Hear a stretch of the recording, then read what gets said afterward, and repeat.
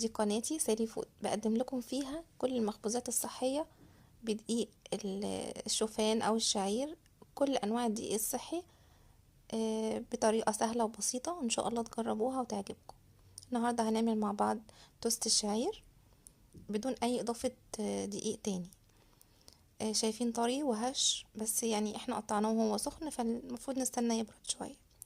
طريقته سهلة، يلا مع بعض نشوف الطريقة.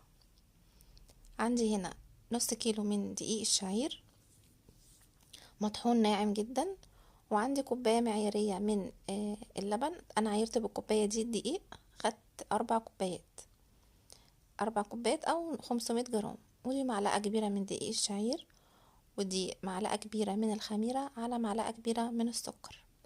ممكن نستخدم معلقة عسل، ودي ربع كوباية من المية.